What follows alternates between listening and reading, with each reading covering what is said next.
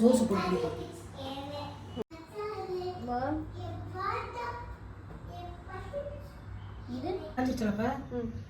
உளுந்தம்பருப்பு வீடியோ காட்டுங்க.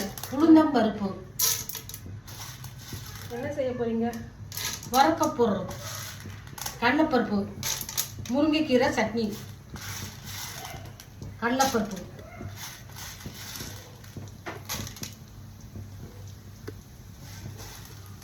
அதை பொருளிட்டு வாங்க அள்ளி போட்டுருவோம்.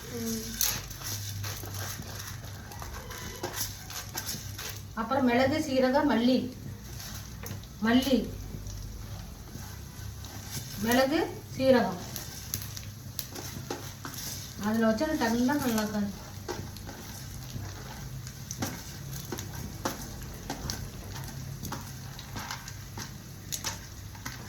வதக்கணும் நல்லா.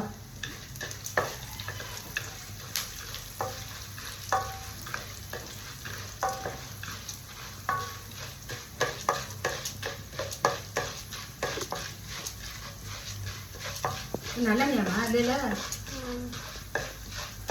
தாளிக்கும் போது நல்லெண்ணெய் போட்டு தாளிச்சோம். என்ன பண்ணுறோம் முழுக்க வதக்கணும்ல. அள்ளிட்டு சரி அதிகம் தான் வதக்கணும். இன்னும் வதங்கணும். ஒன்றும் சரியாக வதக்கணும். நல்லா வதக்கிட்டு வெங்காயம், சின்ன வெங்காயம், தக்காளி, பூண்டு, இஞ்சி இல்லை இஞ்சியை அடுத்து என்னென்ன போடுறோம்? வேர்க்கடலை, காஞ்ச மிளகாய், வேர்க்கடலை, காஞ்ச மிளகாய், புளி,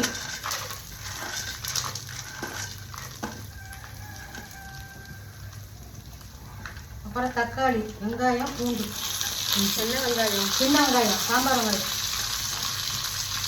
பூண்டு,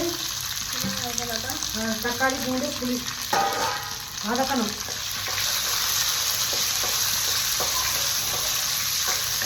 ஏமா சின்ன வெங்காயம் போடுறோம்? பெரிய வெங்காயம் போடலாம்ல.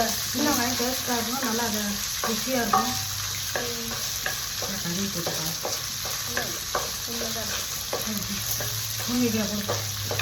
முருங்கைக்கீரை போடணும். வாசமாக இருப்பார். மல்லி கீரை போட்டணும். நல்லா வதங்கினதுக்கப்புறம் வதங்கினா கீரையை போடணும். முருங்கைக்கீரை நல்லா கழுவியாச்சு. நல்லா முருங்கைக்கீரையை கழுவணும். பழுத்தோலாம் பூச்சிலாம் இருக்கும். பழுத்தோலாம் கீரை போடணும்.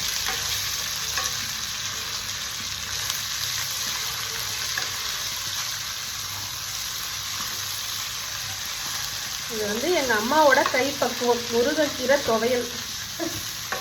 முருங்கைக்கீரை யாருக்காக பண்ணுறதுன்னா, என் நாத்தனாருங்க 2 பேர் ஆசைப்பட்டாங்க. எங்கள் அம்மா கையால் முருங்கைக்கீரை துவையல், இஞ்சி துவையல், பிரண்டை துவையல்.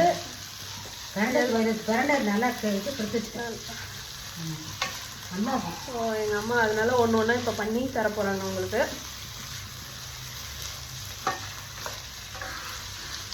இது மாதிரி நிறைய துவையெல்லாம் பண்ணுவாங்க. உங்களுக்கு பிடிச்சிருந்துச்சுன்னா சொல்லுங்கள், கண்டினியூ பண்ணலாம்.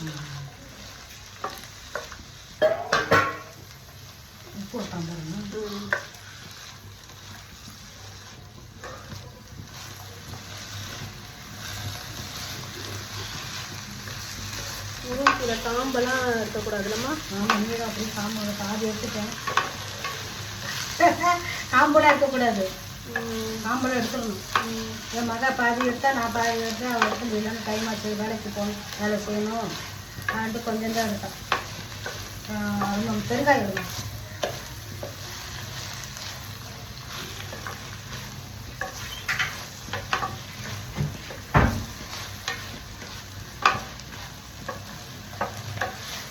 இது வாட்டில் கையை வருது.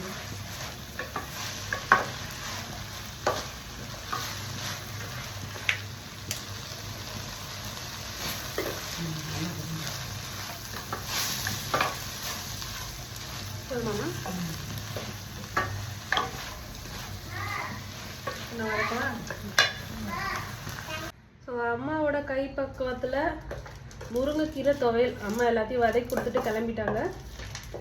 ஸோ கல்லுப்பு மட்டும் அதில் கொஞ்சம் ஆட் பண்ணிவிட்டு இப்போ அரைச்சிட போகிறோம்.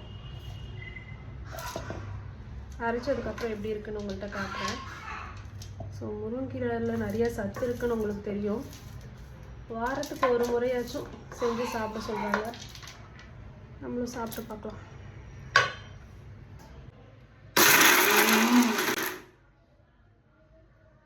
இப்போ நம்ம அரைச்சி முடிச்சாச்சு.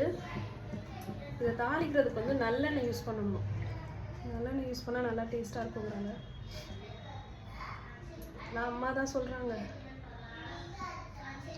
நம்ம நார்மலாக என்னென்ன போட்டு தாளிப்போமோ அதை போட்டு தாளிச்சாலே போதும். கடுகு உளுந்து,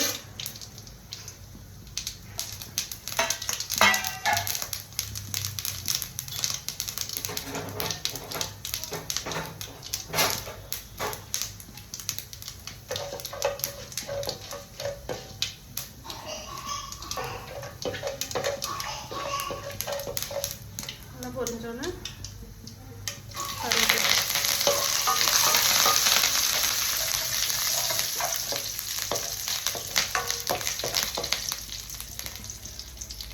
அரைச்சி வச்சுருக்கிறத அப்படியே போட்டுலாம். ஸ்மெல்லே சூப்பராக இருக்குது.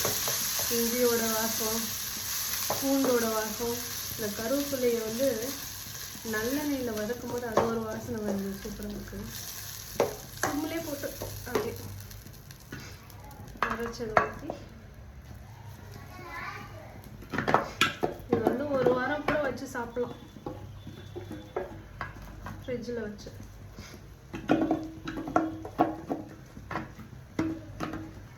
மிக்சியில் அரைக்கும் போதே இந்த டேஸ்ட்டு, இன்னும் அம்மியிலலாம் அரைச்சா இன்னும் டேஸ்ட்டு செம்மையாக இருக்கும்.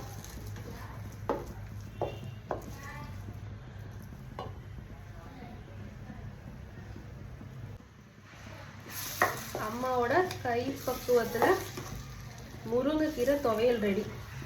ரசத்தோட தொட்டு சாப்பிடலாம்.